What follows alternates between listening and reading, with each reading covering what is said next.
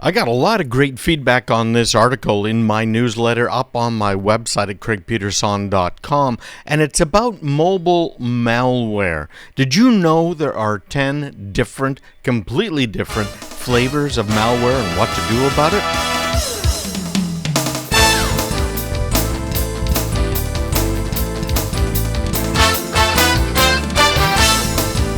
I like the analogy of having your home and having windows in the house and having doors, front door, back door, let's keep it simple, and a couple of windows up front and a couple of windows in the back, and comparing that to your computer or your mobile phone. We're going to talk about your mobile smartphone right now.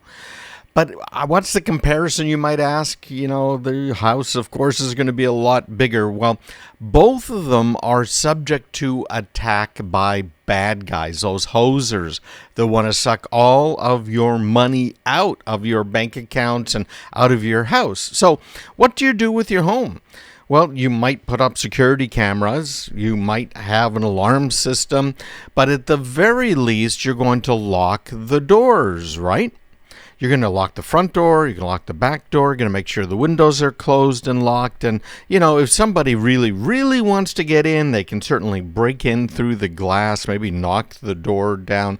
But it's going to be pretty obvious. And frankly, most bad guys aren't going to go to that length to get into your house to kind of poke around. In my case, we had an air conditioner and a window, and they pulled that air conditioner out of the window into the garden, with the intent, of course, to climb into my house. But I have a Great Dane in the house, and she scared the would-be burglar off, right? Makes sense?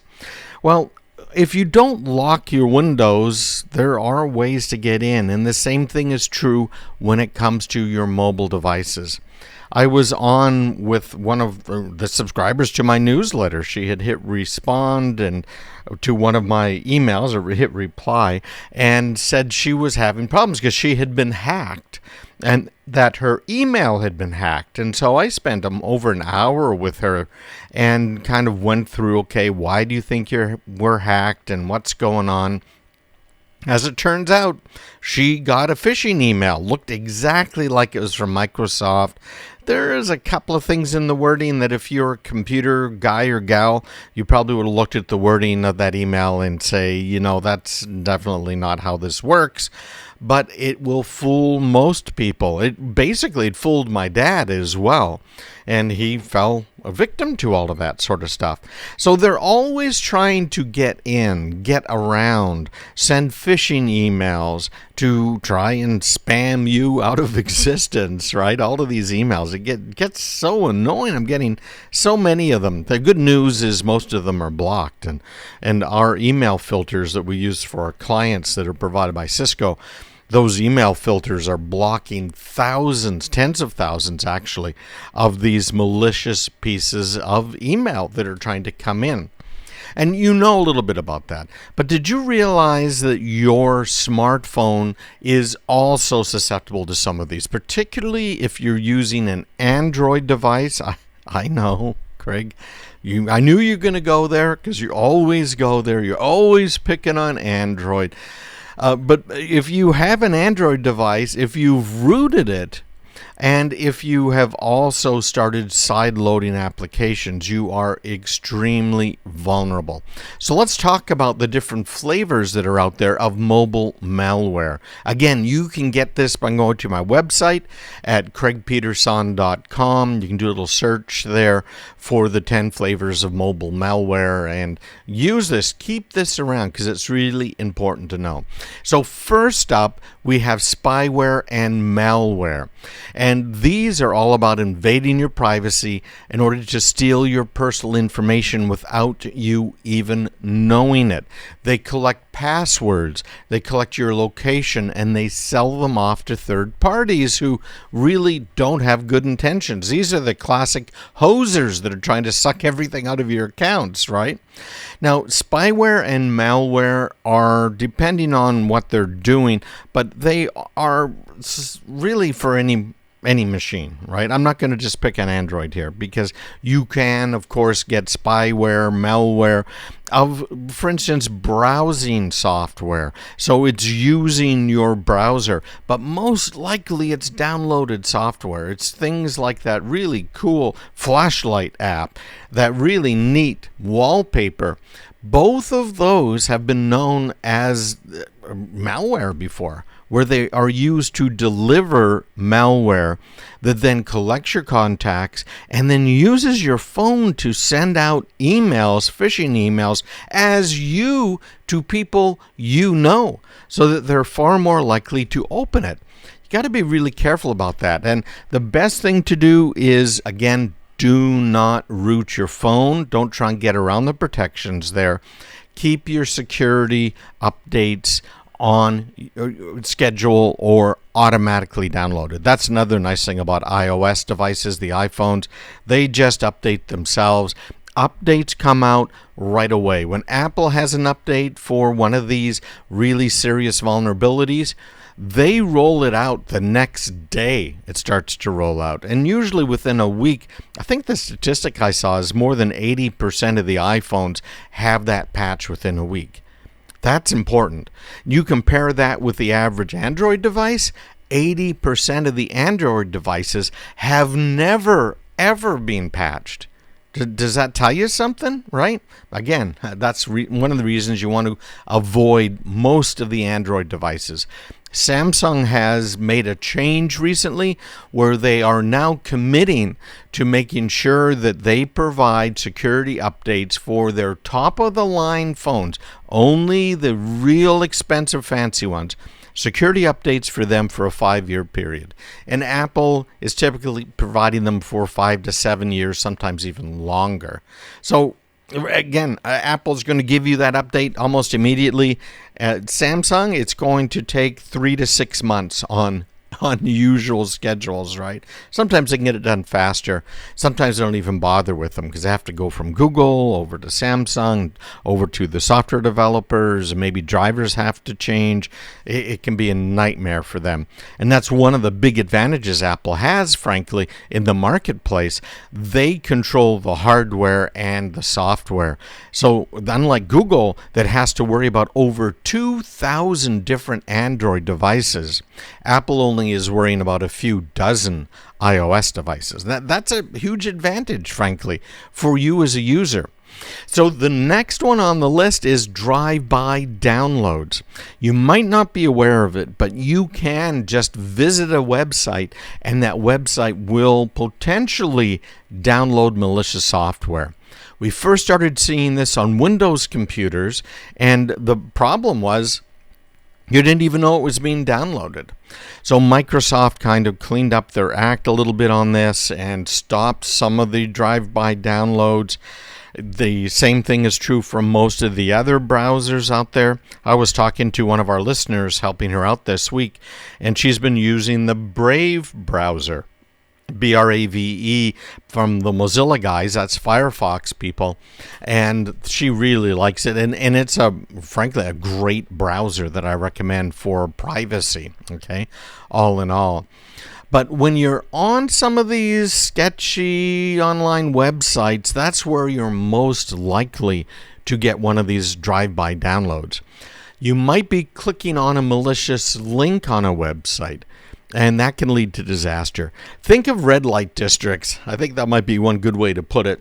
And with these red light districts, you may well be in danger while you're in there, okay? So be very, very careful. And again, it'll often try and get your contact list and then send viruses out to people who you know. And now your reputation is ruined, right? With all of your friends who don't want to open up any of your emails again, because you just spammed them, right? And maybe even gave them a virus, which is our next one, viruses and Trojans.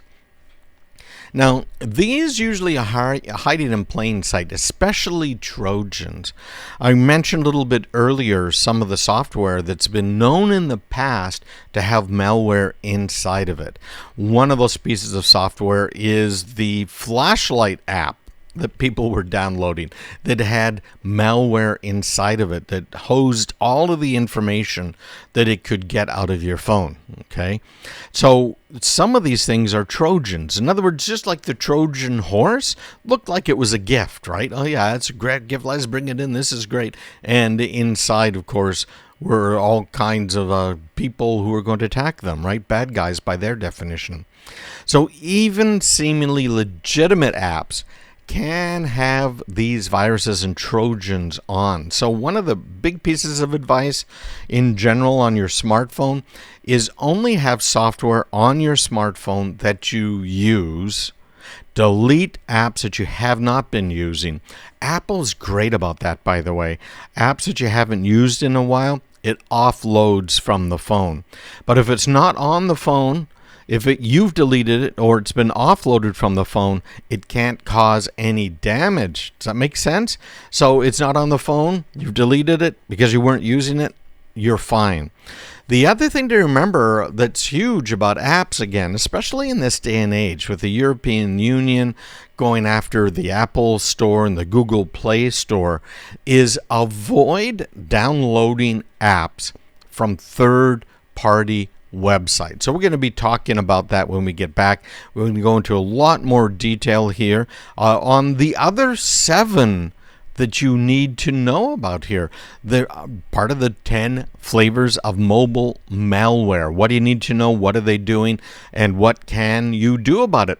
Make sure you get my newsletter every week. It's absolutely free. CraigPeterson.com/subscribe. And if you have any questions, just hit reply to the newsletter and we'll be glad to answer. Well, we've covered the first 3 flavors of mobile malware, the malware that's going after your smartphone. We're going to be talking now about some specifically designed to go after your smartphone and get into the last 7 on my list. The European Union has been doing a few different things to try and make things, I think, ultimately better for their citizens. I look at it and I can see both sides, I think, of that sword. One of them, of course, a few years ago was what's called the GDPR. If you're in business and you do business inside the European Union, you are required to keep certain information confidential, not move it outside of the European Union's physical territory. There's a whole bunch of things that you have to do, including getting permission to track someone. I can see that. I can see the advantages of something like that. They've also now basically forced Apple into putting USB-C connections on their iPhones and iPads because people were complaining, why do I have to have a special connector just to connect my iPhone to power and data? So, I think that's a good point. I really loved that connector that Apple's used for so long and replaced that big 30-pin connector. It's been nice. It can go on upside down or right side up. It doesn't really matter. There is no up or down. Well, the same thing is true with USB-C, although I think USB-C is slightly harder to put in, but only ever so slightly. So that now with your USB-C on your iPhone and your iPad, you can charge it just like every other device. In fact, if you bought a device that uses USB power in the last probably 6 months, it has come with a USB port on it that you're using for charging or for data collection, programming, etc. So there's some really good things about some of that. Well, another thing the European Union has done is they're now forcing companies like Apple and to a lesser extent Google to do or to allow what's called side loading. What side loading is you want to put an app on your phone, go ahead. That's the basics of it. Apple has for a long time, folks, been restricting your applications that you can buy and that you can use to applications that you download for free or you pay for on the Apple's App Store. And Apple takes some serious time and examination looking at them. Okay, it's all automated. And looking for potential problems with it. It might be malicious. Are they trying to hose information out of you? What's really going on with that? Oh, they do all kinds of good stuff to try and make sure that you're safe. Google, of course, has the Google Play Store, which is also a great little store. And that store has built right into it all kinds of features, again, to try and keep you safe. Now, Apple has proven to be better at keeping apps safe than Google has, but they both work at it. They both try, and they both do a very good job on that. Well, with the European Union now stepping in and trying to force Apple and Google to allow anybody to put up an app store that you can download apps from, life is changing. Just think about that now. What happens if Russia, some bad guys in North Korea or Iran or China or wherever, let's say some of them put up their own little app store? And they've got an app that looks just like Mario Kart. And you always wanted Mario Kart on your smartphone. And so it's all branded Mario Kart. It looks like Mario Kart. But you know what? It's cheaper than it is on the regular app store. So let's go over there and let's grab Mario Kart. Now, if you try and install that on your device, there are some checks and balances in there, but when they ask for permission to get at the microphone or to access your contacts, etc., most people just say, yeah, okay, I want to play Mario Kart. Why? I don't know why it's that, whatever, right? And you just click through. You click OK, everything's fine. Don't worry about it.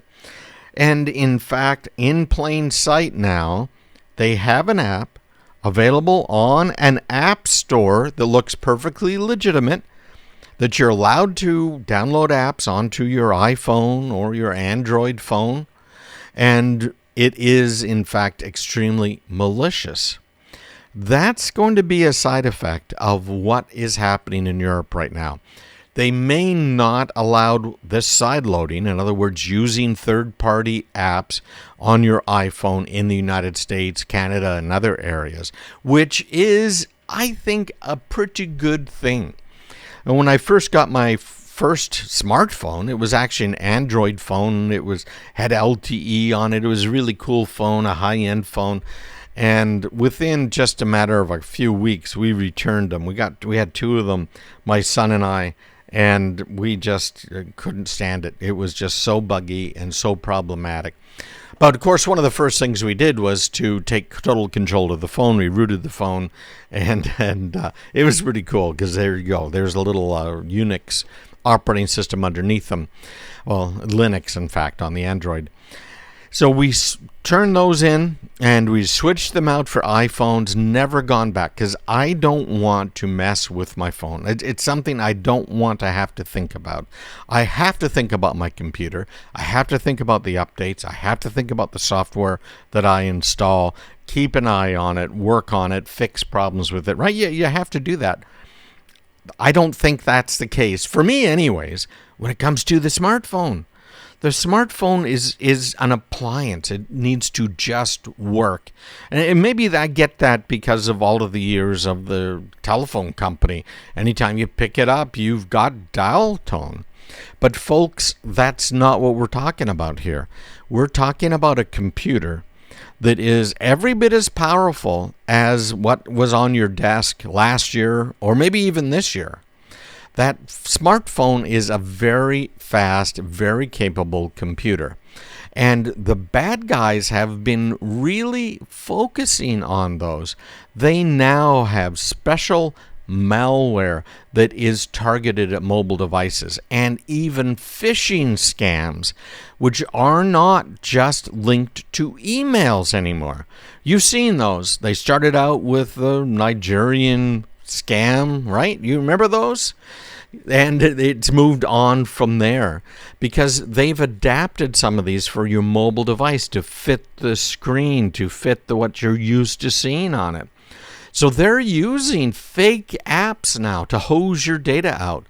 emails that are specifically designed to trick you into revealing your bank information or other sensitive details.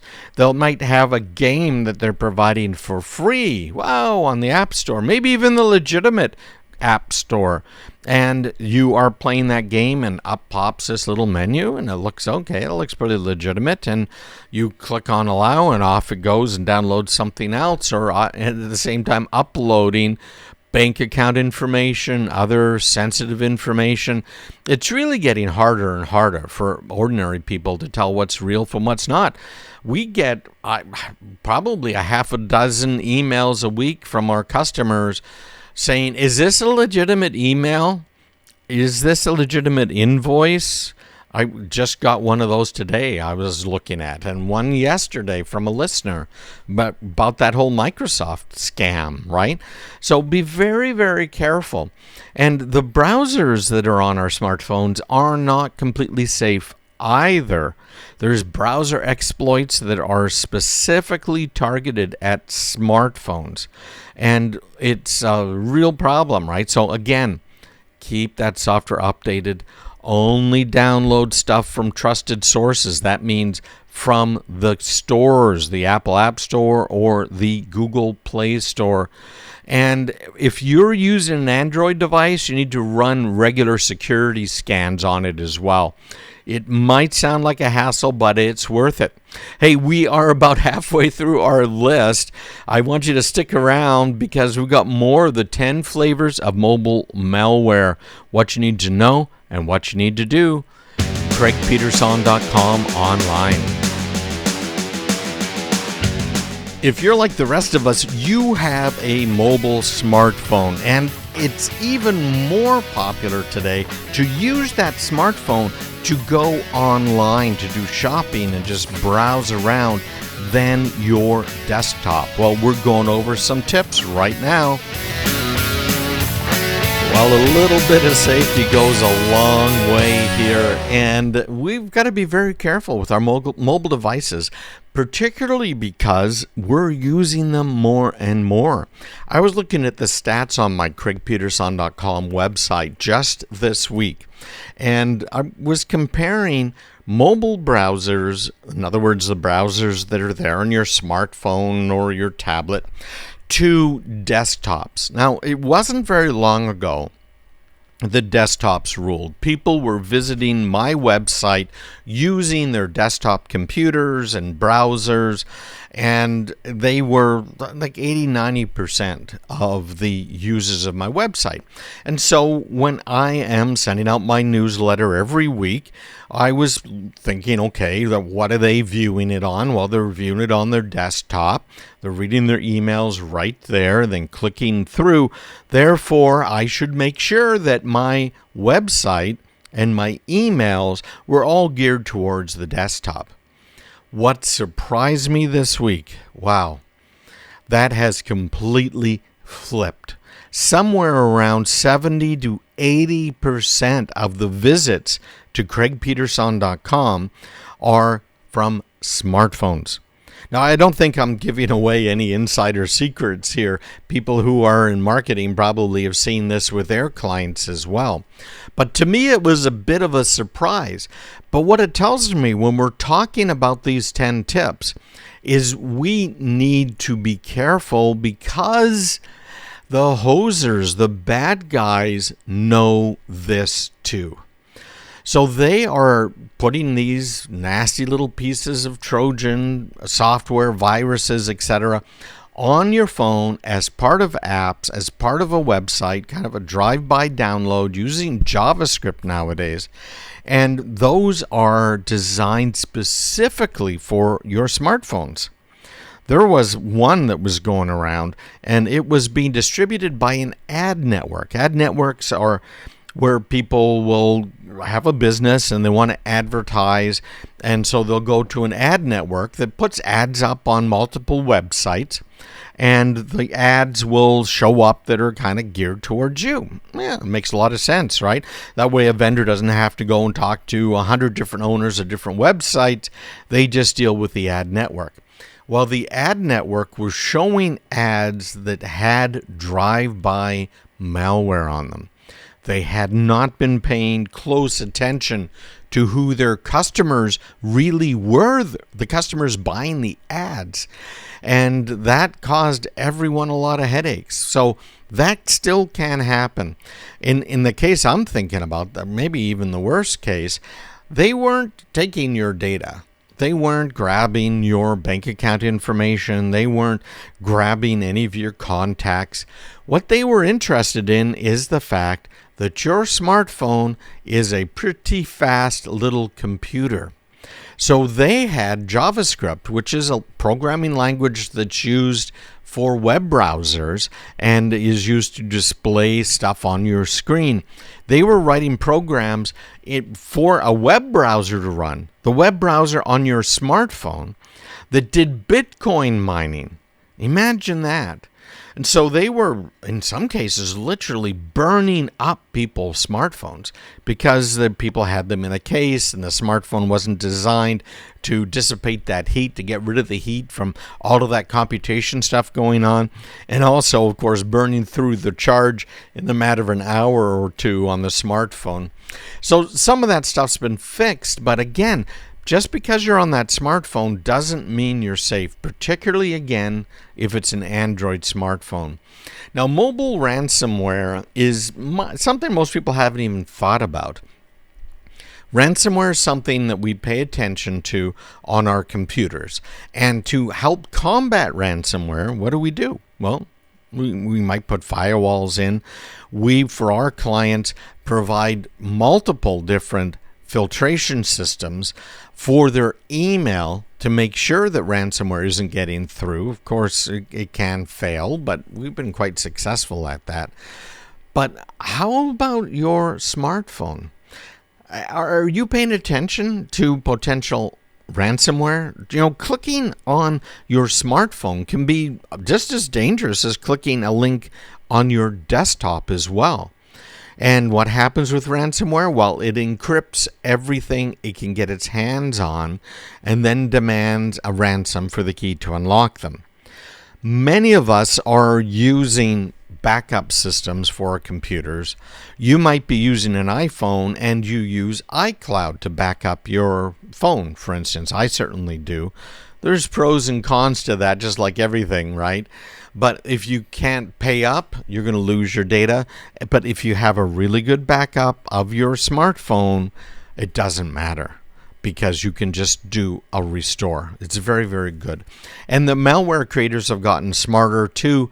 They're using the improved smartphone performance and anonymous networks that our phones connect to, which includes, of course, the 5G or even newer technologies to get out to spread the malware to other people, even faster than ever before.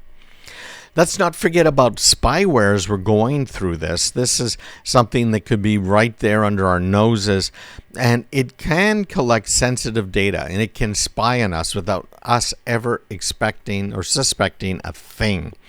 We just had a major patch that was released by a vendor, but what really that covered one of these pieces of spyware. But what really hits me is the Barracuda spam firewall.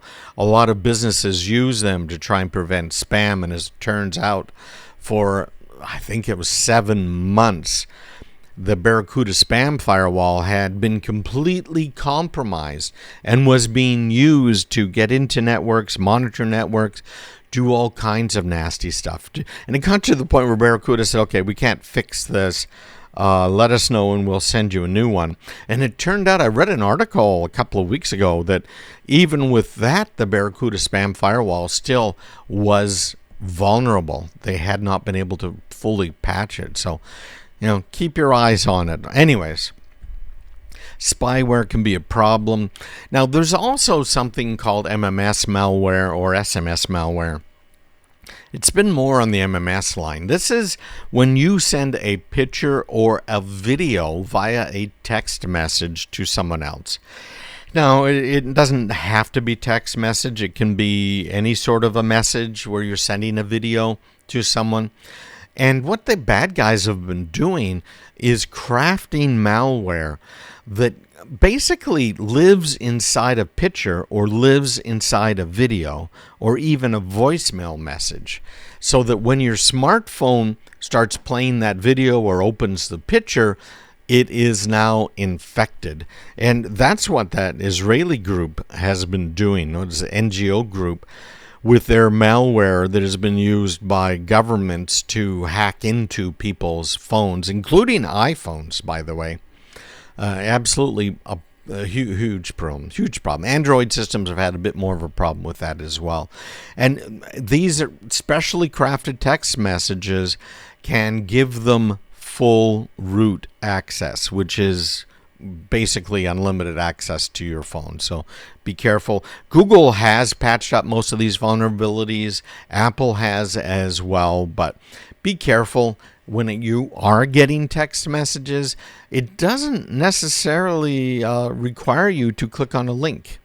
Zero action on your part, so be careful. And then, of course, mobile adware. Yeah, we can be forced to download software we don't want when you click on the ads, so be very, very careful. By the way, March 2023, Google sounded the alarm bells about not one, not two, but 18 bugs lurking in the Android operating system. They're out there, so let's be careful. Visit me online, CraigPeterson.com. We got a couple of great articles this week on electric vehicles. Those things are so cool. The neat technology, but we've been exploding the myths about EVs, and we've got more myths to explode today. Well, we've been worried about our passwords getting hacked. We've talked about that how many times? Well, how about the roads getting cracked? Get it? By these heavy electric vehicles. A lot of people haven't really thought about this. When you look at the road taxes, the taxes that are supposedly used to pay for road maintenance, and you probably know why I said supposedly used, those taxes are typically collected from fuel, correct?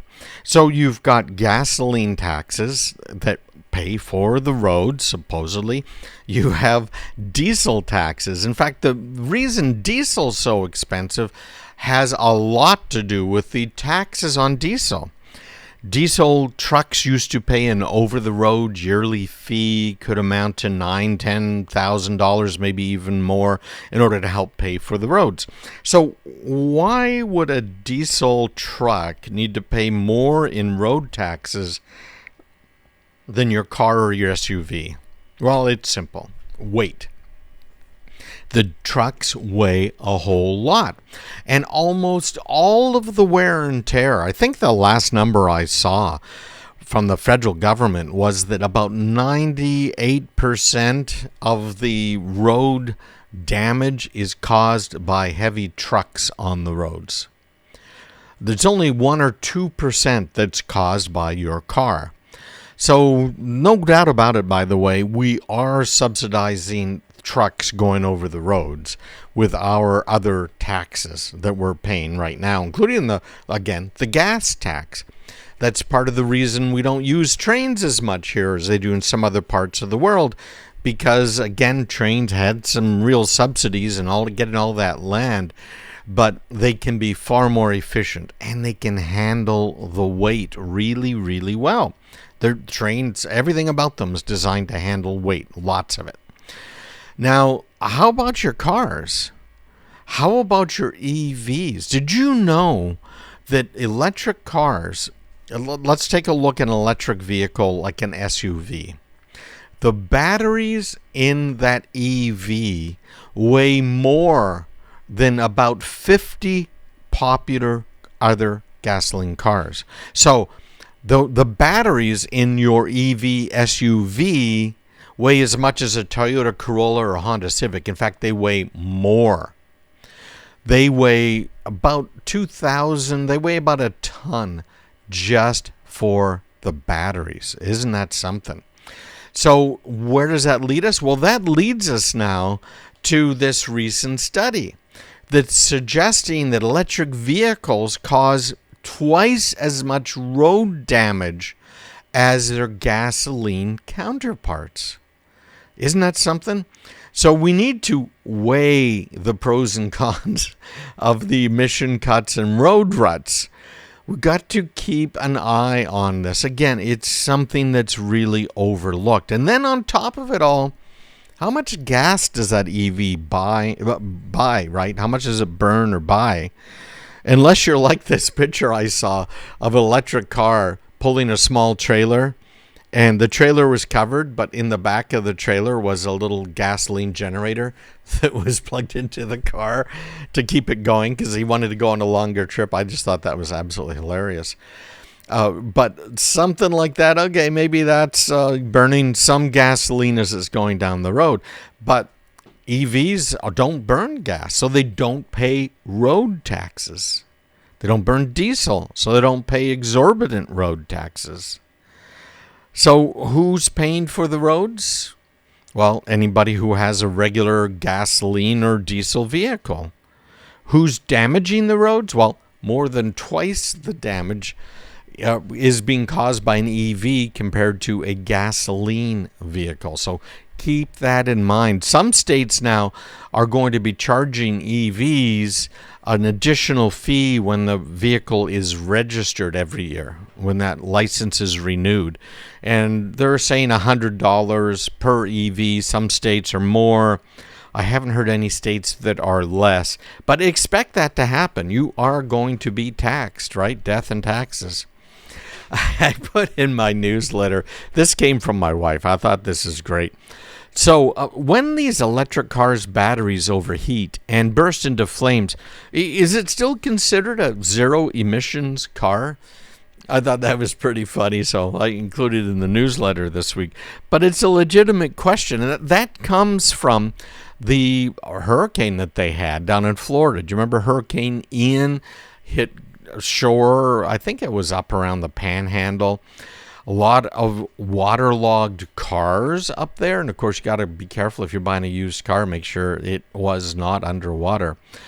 But this particular waterlogged car was electric.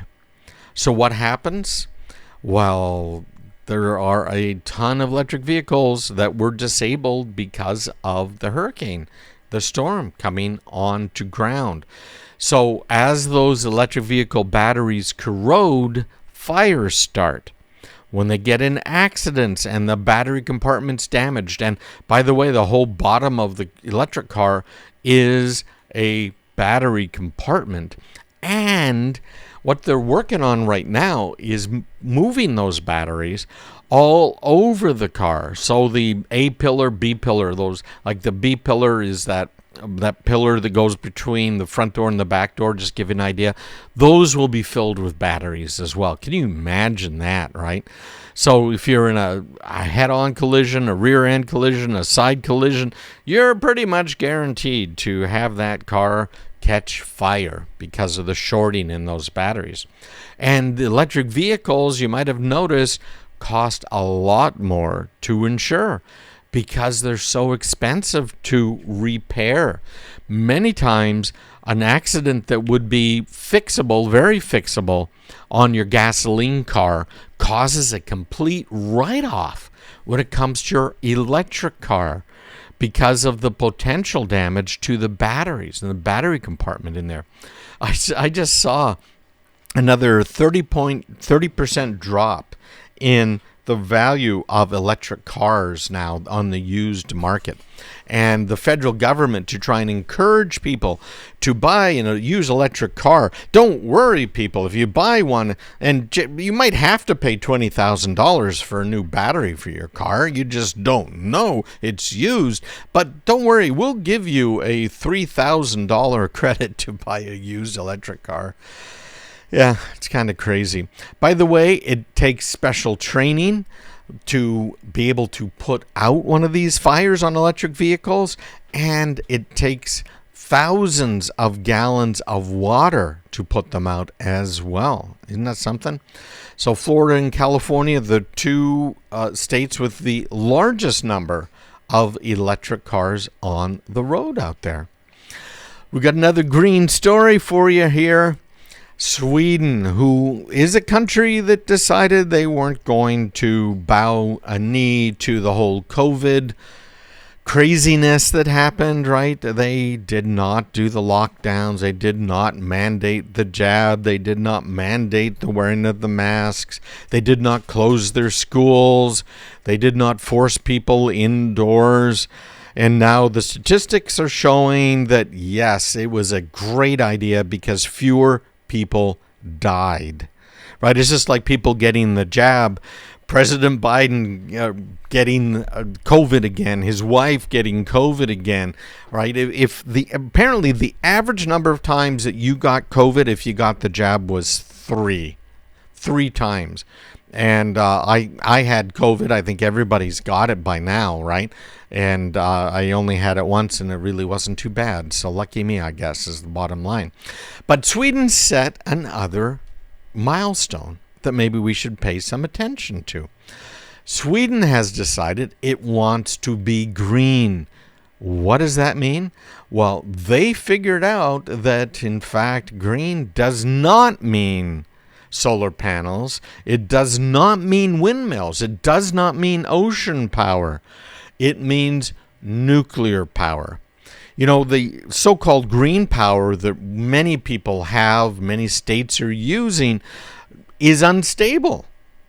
We need power in order to live. We need power in order to run our businesses, in order to grow our food. We need power to pump the water out of the ground and purify it. Everything needs power. So if you're building solar farms or you're building windmill farms, there will be times when neither one of those works. So where do you get your power from? Well, as it turns out, you need nuclear. So Sweden has said, forget about that. We're just going to have nuclear power. You know, if you want to have your own little production, go right ahead, right? And this is a severe blow to the global climate agenda. And Sweden has completely scrapped their so-called green energy credits. Because remember, windmills are not green. Solar panels are not even close to being green when you consider the manufacturing, the distribution, and then ultimately the disposal of all of these things. It's not green at all. So we've got to be very, very careful. They have completely abandoned their goal of 100% so-called renewable energy. And I want to point out, while we're talking about nuclear, one of the really neat things about the new nuclear plants is there are nuclear technologies today where the plant is manufactured in a factory.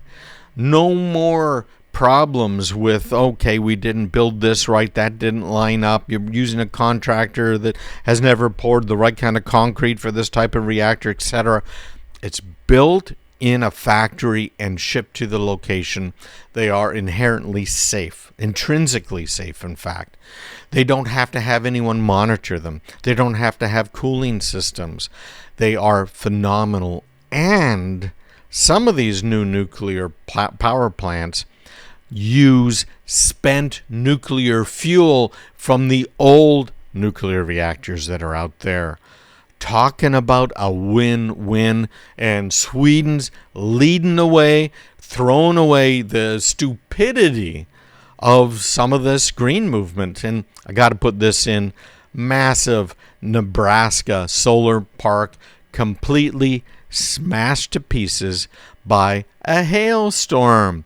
Yeah, millions of dollars down the tubes, and of course, no electricity from that panel anymore. Not just panel, but that whole field. Visit me online, craigpeterson.com, and remember to subscribe right now.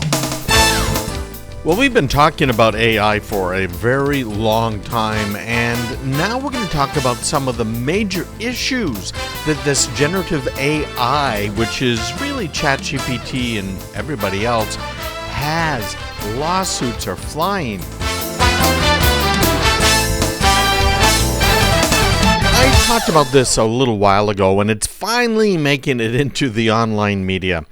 We've got what's called artificial intelligence, and of course it is not intelligent at all, right? It's generative artificial intelligence, generative AI. So what it's doing is it is being fed a whole lot of information. I read an article talking about some 5,000 people working in third world countries that are training OpenAI.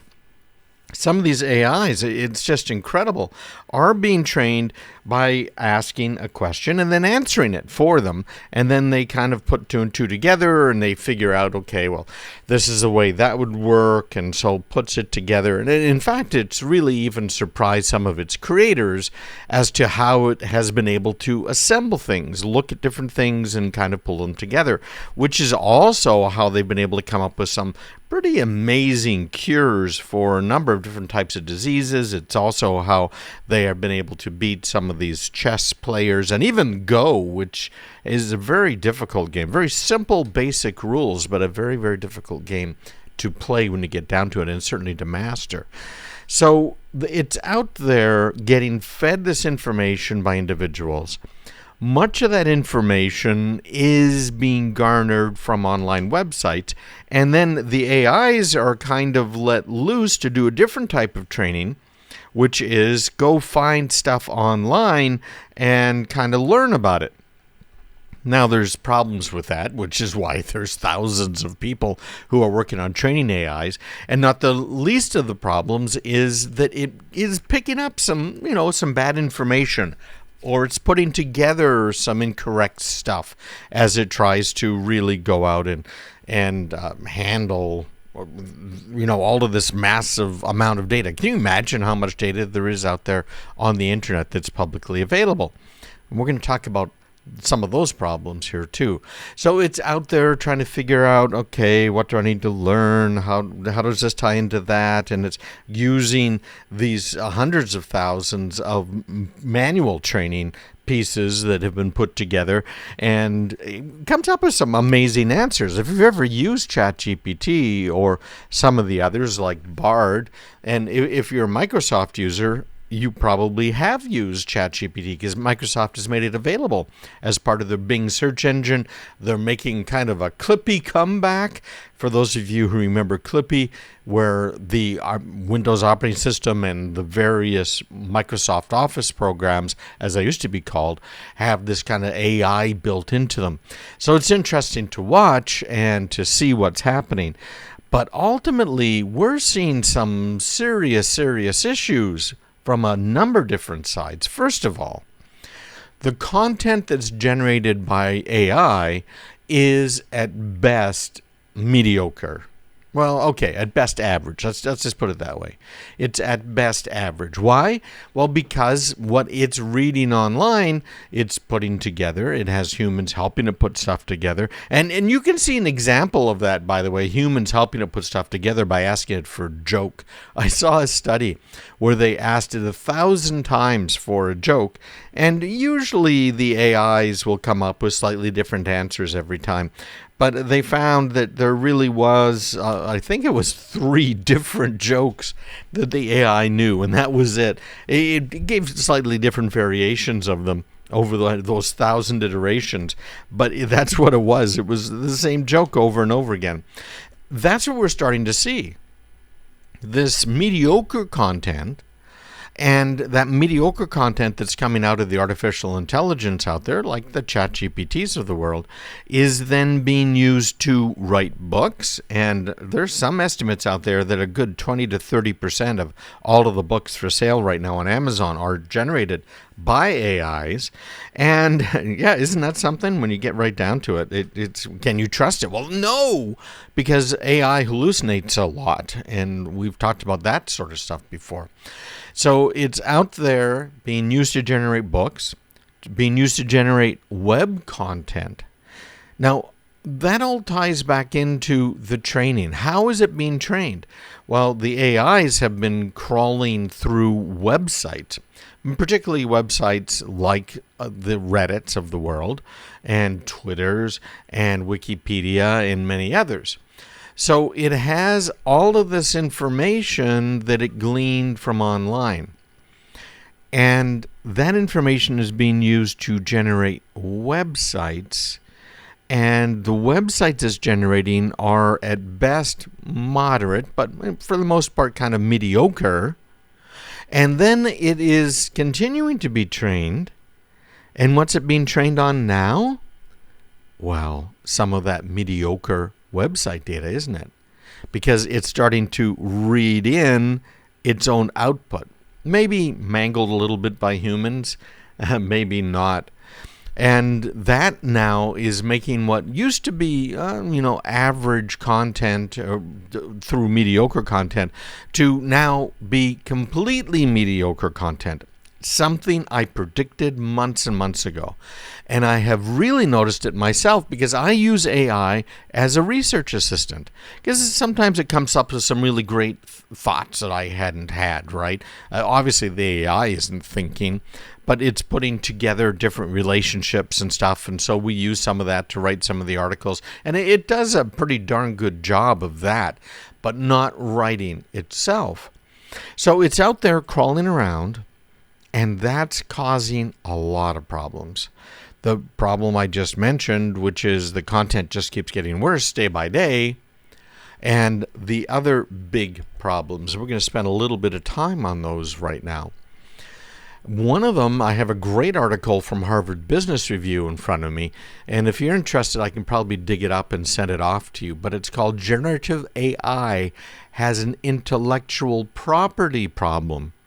And if you're a user of Reddit, you know about this. And same thing is basically true with Twitter. And some interesting things have happened at Twitter. We'll talk about those as well. But companies out there are now getting upset because all of this content that they've curated is now being used by these AIs. And the generative AIs are now charging for you to use them, and yet the content does not belong to the AIs. The content on the internet doesn't belong to Google. It doesn't belong to OpenAI. It doesn't belong to any of these companies that have the AIs. That's why they have an intellectual property problem. Because they're going out there scraping all of this. Now, what's interesting to me, I think it's almost ironic. Well, I guess it is ironic that these companies whose sites are getting scraped, such as Wikipedia, such as Reddit, are using content on their sites generated by you and me for free, right? We're not charging them for it. We're making comments in there. People are going in and editing the Wikipedia articles. And then the AIs come through and read those articles and then sell the results.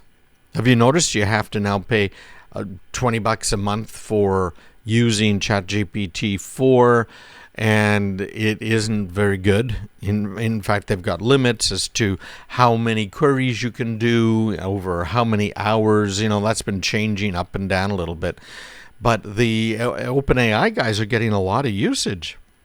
It's estimated that half of the Americans have been using it. And some people have estimated that somewhere around a quarter of the world's population has been using it. Now that is huge.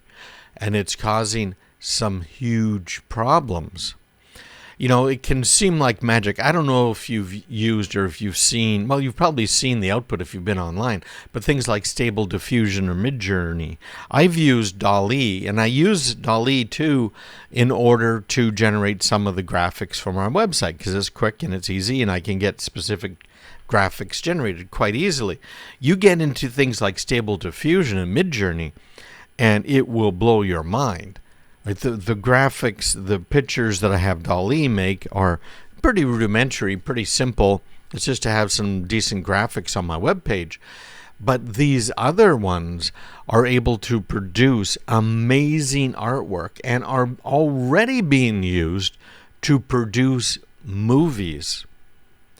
You might have seen, this was, I think, beginning 2023-ish, and the Republican National Committee came out with a TV commercial. And that TV commercial had all kinds of pictures of what will happen if President Biden is reelected. And they showed pictures of all kinds of devastation and real riots and bombs being dropped. And man, they looked really good. And they were all generated by artificial intelligence. So the ability to be able to tell if it's AI or not is kind of non-existent, really. Yeah, there are some programs out there that claim to be able to recognize artificial intelligence-generated content, but I can tell you with a large amount of certainty, I have tried all of the big ones, and I have fed them in AI content with minor changes to it, and it has never detected AI content. In fact, once one thing I had written myself from scratch, it said was AI content. So we have a long way to go there, but man, we're only getting started right now. Now, the AIs have been proven to be really good sometimes with writing poems and essays and summaries, and they're great at mimicking different types of style and form, but they have a lot of factual problems out there. The Museum of Modern Art in New York hosted this AI-generated installation. It was all generated from the museum's own collection. And they also had a variant of Vermeer's Girl with a Pearl Earring, which is just an amazing painting, while the original was away on loan. Now, I'm looking at the winner of all of these generative AI pictures that they had received as submissions to replace the real paintings and things that were there in the Museum of Modern Art. And I am amazed. It is absolutely gorgeous what they're able to do. Now, Harvard Business Review has a great article on this whole problem with generative AI tied into intellectual property. And of course, that's the most valuable part of pretty much any company out there, is what is its intellectual property? What is it that the company has that gives it that unique proposition in the marketplace? And in this case, when we're talking about intellectual property, there is none when it comes to AIs. The courts have already ruled. Now, this is going to be appealed and moved up and up and up, but there's been a court already here in the U.S. It's ruled that anything generated by artificial intelligence is not copyrightable, because the copyright law specifically talks about basically human-generated content, which it is not. But is it not? Really? You know, what is it really? Is it what? Because it's generative AI. In other words, it's taking things that it has found online and kind of putting it together. And they can just be absolutely remarkable. If you've ever played with them, they're striking, and it's worth playing with. It's worth signing up. There are some apps out there. ChatGPT has its own free app that you can use. If you want to pay, you can get, the latest version of ChatGPT as well. You got to play with it because it's amazing. It seems like it's legit and it's human, which is why some of these lawyers have gotten themselves into trouble because they're quoting cases that don't really exist, right? Kind of on and on out there.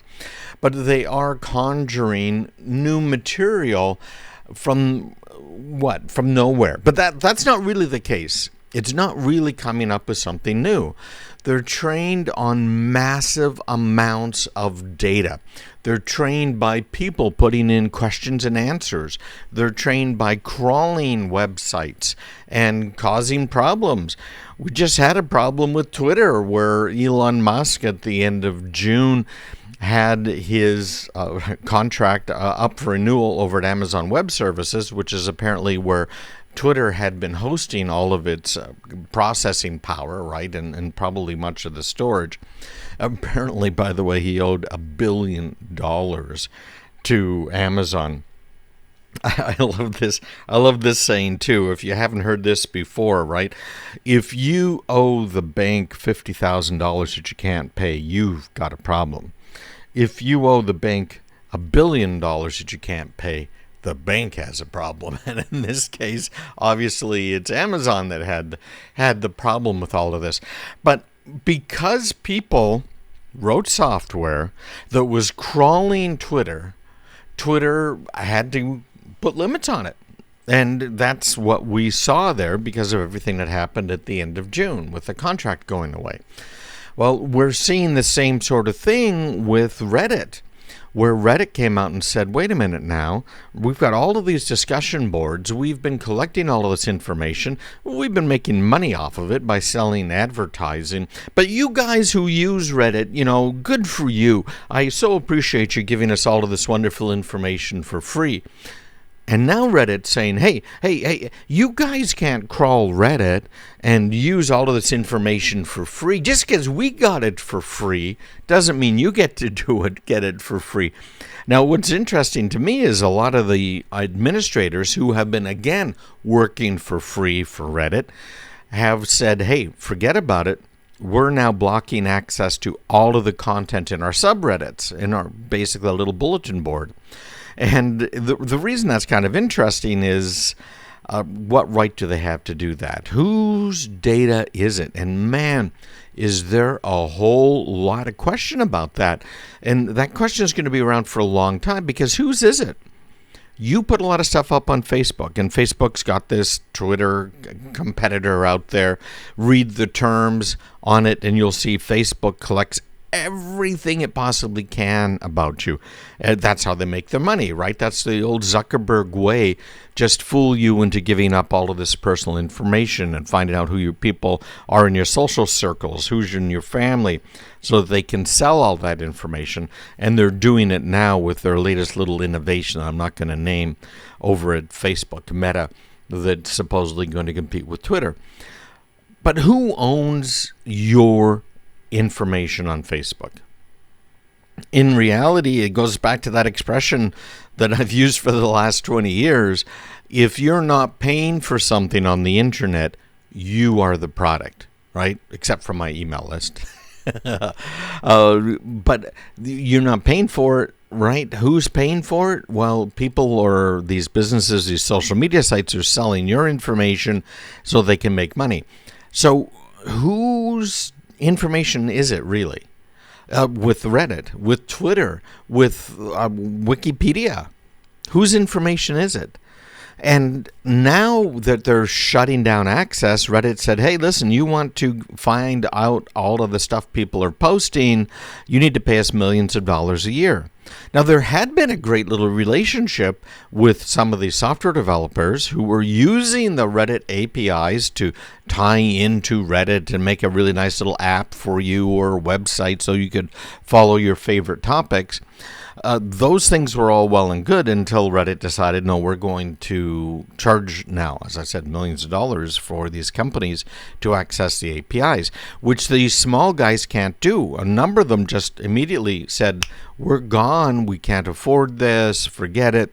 And many of them also had a pay model, so they're refunding the money that you had given to them for their little app that tied into Reddit. You see how this is cascading? And a lot of people are saying, hey, don't accept the refund because these poor companies just got worked over by the guys that own Reddit. Again, who owns the data? Reddit can shut it down. Reddit can charge for it. The same thing's true with almost everything out there. So when we get into the generative AI platforms that are out there, that are crawling everything, that are taking all of this information, whose information is it? Who owns it? And now we're finding out that these companies with these generative AI platforms are actually programming them purposely to have a strong left-wing bend to them. That is really something to think about, isn't it? So they're taking billions of different parameters. They've got software that's processing these massive archives of images and texts and podcasts, like my podcast, I'm sure ended up in there. And these AI platforms are then being used to find patterns, to find relationships, and they use those to create these rules that we've talked about before, and then make judgments and predictions when they're responding to a prompt. And when they're responding to a prompt, they're really only looking at what's the next word that I need to put into the response. They're not thinking it through. They don't think any of this thing through. But it's still phenomenal. But it comes with real legal risks, which you as an individual and you as a business could certainly be facing these risks without even knowing about it. So we'll talk about that here, come up in just a couple of minutes. Who owns this? Copyright, patent laws, trademark infringement? What applies when we're talking about AI? Hey, visit me online, craigpeterson.com. I guess if we're to boil it down, the real question here is who owns the internet? Because that's what we're talking about, isn't it? All of these websites are all being crawled, information created for free. Who owns it? Well, that's a legal conundrum. So this whole process where they are looking at these massive data sets of images, of text, of audio, create some serious legal risks. So we're talking about intellectual property infringement as one of them. But in many cases, according to the Harvard Business Review, we have to consider some other things. Because unresolved things, by the way, who does copyright, patent, trademark infringement apply to? Is it the AI creation? Is it the creator? Is it the company that makes the AI? It's clear who owns content that the generative AI platforms create for you, or is it clear? Because we already know about at least one case that said, no, you cannot copyright things that are generated by AI. So before we can really embrace the benefits of this generative AI, we need to understand the risks and how to protect ourselves, okay? So courts are still sorting this out. It's going to be years, right? Even the laws aren't there yet on the books, and which ones that are already there should be applied. You know, for the longest time I've said, do we really need new laws? There's more than 20,000 gun control laws on the books, 20,000 plus, just on gun control.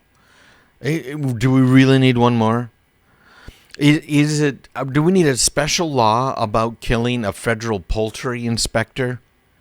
We have laws on the books about murder. Common law, it's been around for a long, long time.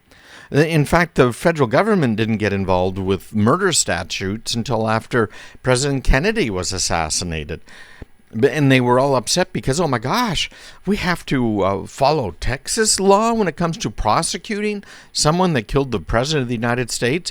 And then it just blossomed, right? More and more and more and more till they get to the point where there's a specific statute on killing a federal poultry inspector. Right? Do we need that? No, we don't. So how about laws when we're talking about generative AI? Do we have laws that could be applied or should be applied? Or do we need another 20,000 laws on the books about AI? Because in reality, we're talking about copyright infringement. There's a very good case, interesting case out there right now where a couple of authors are suing because what has happened is they asked the AI, I think it was ChatGPT, to summarize their books individually. So give me a summary of this book. Give me an extensive summary of this book. And it was a book that they had written. And the AI gave it an excellent summary of the book.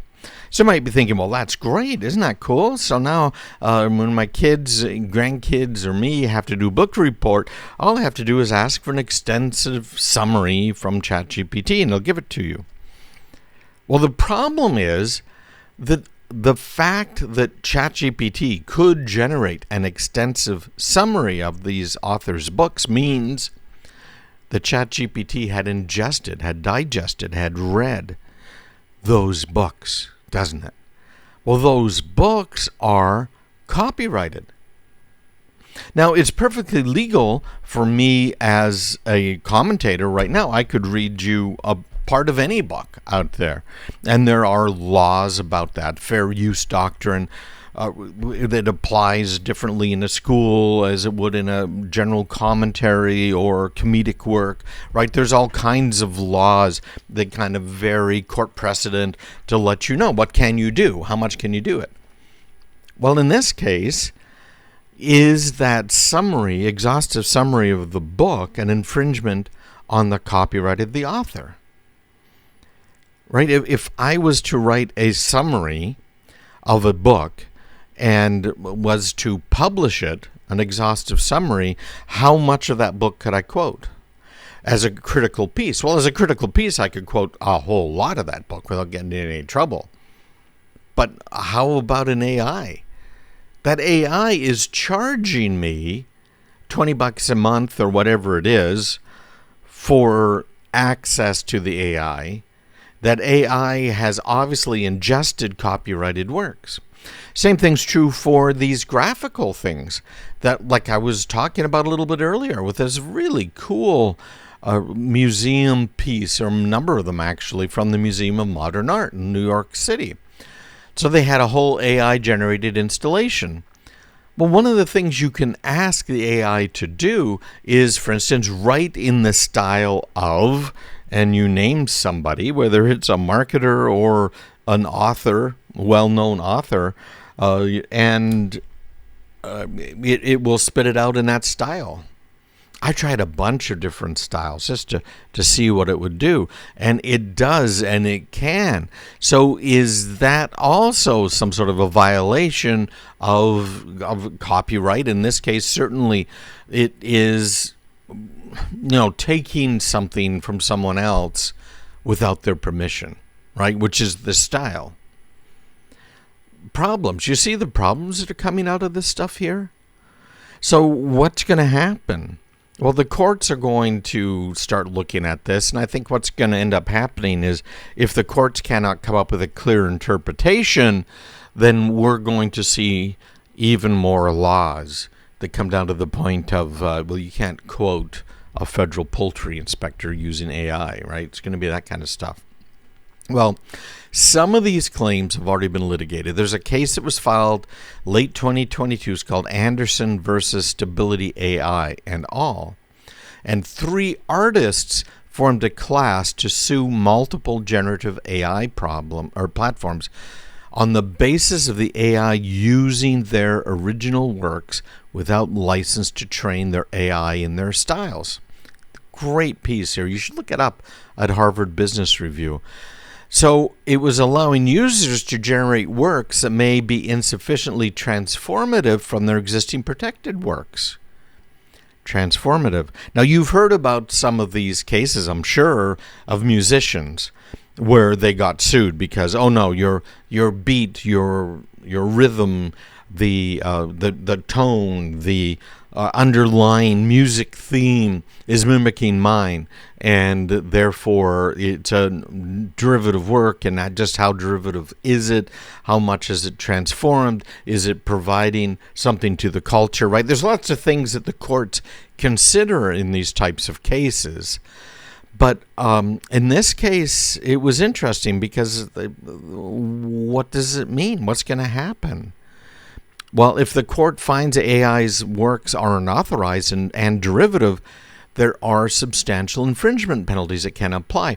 And that's exactly what is happening when you're using something like DALL-E or one of the even better pieces of software out there, AI software that generate pictures. Like, for instance, we've got this lawsuit with Getty.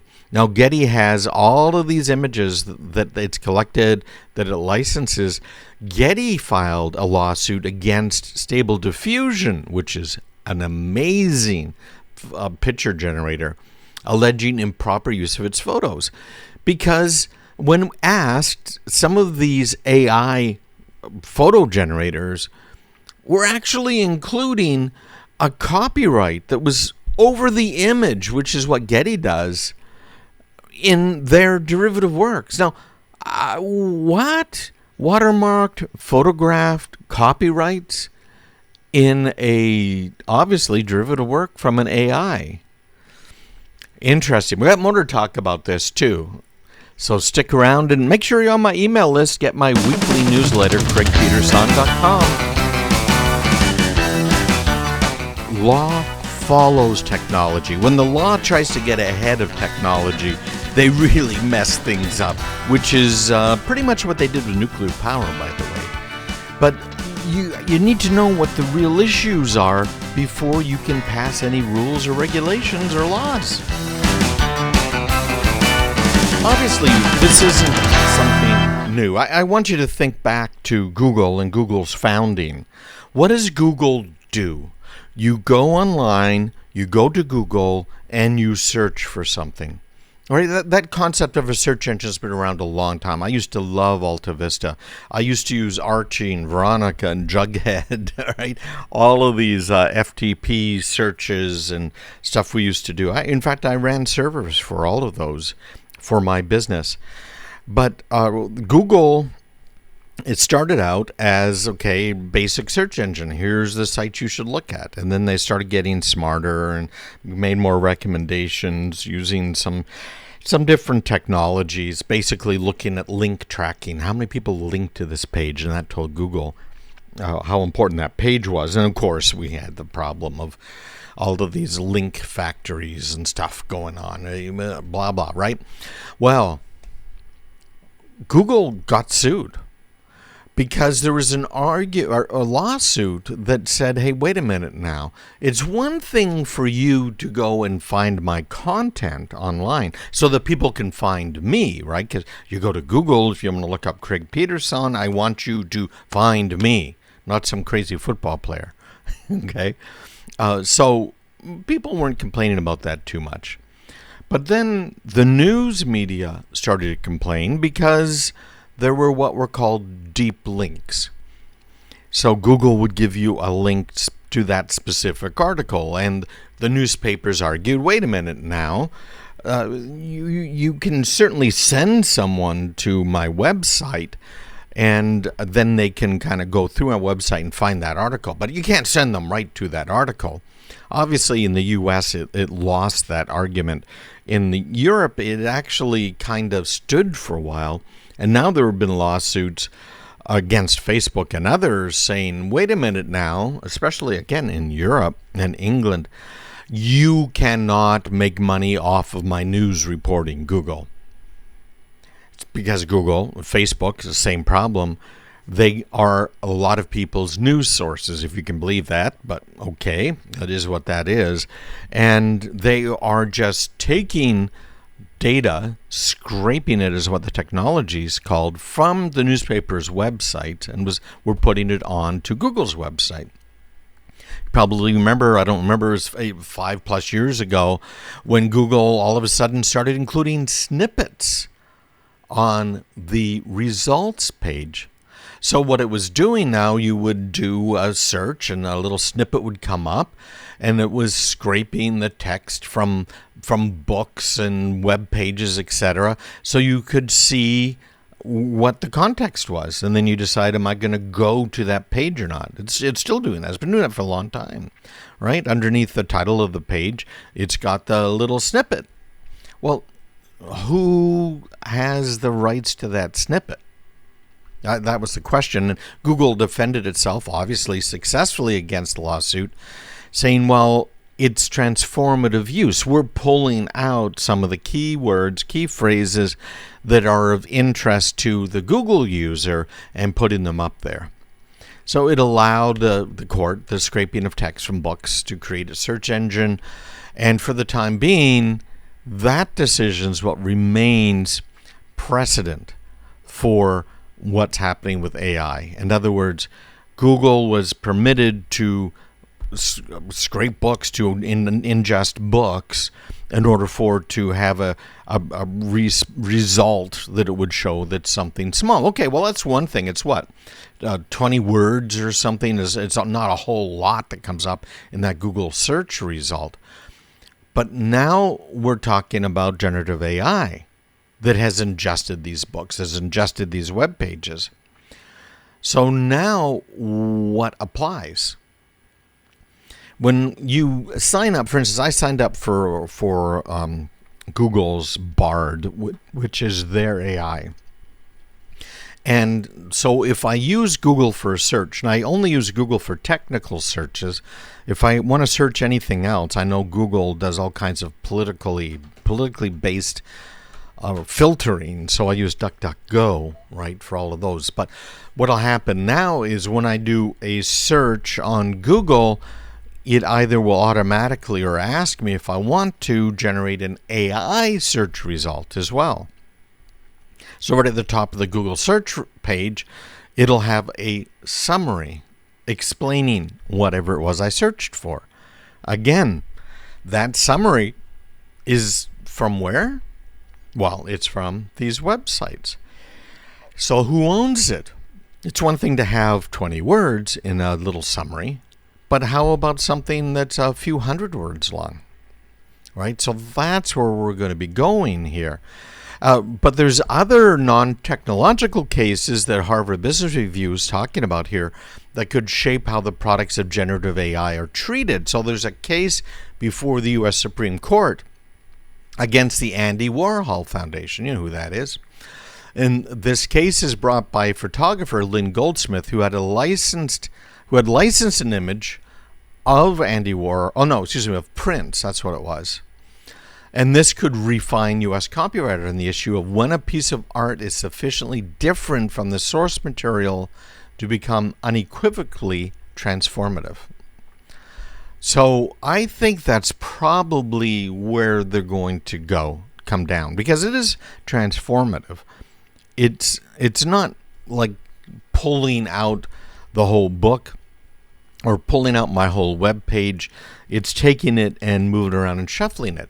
But then if that's the case, what incentive is there for a publisher to write a book and put it up? That's why we have copyright laws. That's why we have patent laws, although there's serious problems with current patent laws. But so that we can encourage innovation, we can encourage writing. Right? And that's the reason copyrights used to expire fairly quickly, so derivative works could be made and benefit society as a whole. So if the court finds that the Warhol piece is not a fair use, it could mean trouble for these AI-generated works. So there's just all kinds of potential problems here. Now, what would happen if a business used some of this AI-generated either pictures or text? Well, here's your bottom line. You could be on the hook for willful infringement, and that can include damages up to $150,000 for each instance of knowing use. So that's why when I do research using, let's say, ChatGPT or one of these derivatives, I always follow up with my own research, and I run it through copyright checkers to make sure that it isn't stealing something directly from someone. And then, of course, I always move stuff around and rewrite it because it's usually kind of wrong when you get right down to it. So you got to make sure you are in compliance. Developers need to be a lot more cautious. Stability AI, these are the Stable Diffusion guys. They've announced that artists will be able to opt out of the next generation of Stable Diffusion's image generator. But that's putting the task, the onus, on the people who are creating the content to actively protect their IP. It's kind of like takedown notices that came out of the Digital Millennial Copyright Act, right? DCMA, yeah, Millennial Act. DMCA, there you go. Thank you. So that's what it is kind of like. So you have to proactively say, that's my copyrighted work, take it down. But how are you going to know? How are you going to be able to tell if it's derivative? It can be derivative to the point where it uses the same types of brush strokes. At least it looks like brush strokes, right? Are you going to be able to scan for that? It's one thing to search online for certain phrases or words or even chapters of your book. You see how this is getting really, really difficult. It's getting very difficult. And then the companies that are making the AIs have to have some audit trails showing how is this generated. And I can tell you right now, the companies that are making AI are saying we don't even know some of the time exactly what it's doing. They were surprised in some cases that the AI, quote, taught itself, unquote, a new language. They had no idea it understood that language. So how are they going to have the audit trail? How are they going to prove that they didn't use an Andy Warhol picture of a tomato soup can? How can they prove that if they can't audit it because they don't know what it's doing?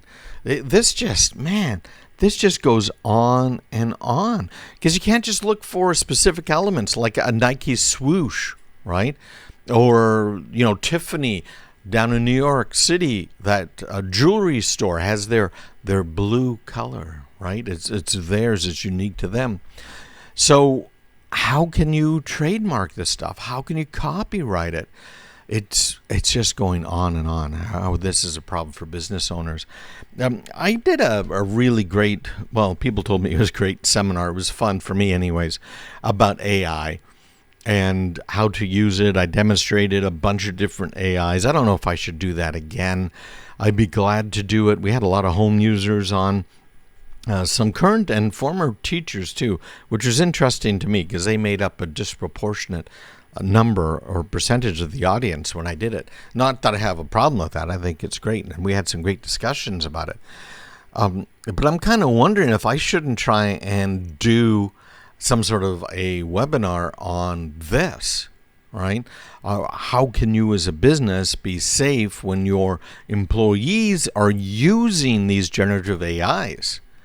How can you avoid some of the pitfalls and lawsuits that might come? So there's a lot of things that I think we have to really seriously consider here. The courts are going to be considering, which I think is kind of a wonderful thing too. But when we get right down to it, today, what do you do? And if you'd like me to do a webinar, I do these things for free. When enough people ask me, make sure you email me, me@craigpeterson.com. Let me know what you'd like me to cover. I'd be glad to do it. No two ways about it. All right, so I want to make sure you guys know, go online, check me out, and sign up for my free newsletter, craigpeterson.com.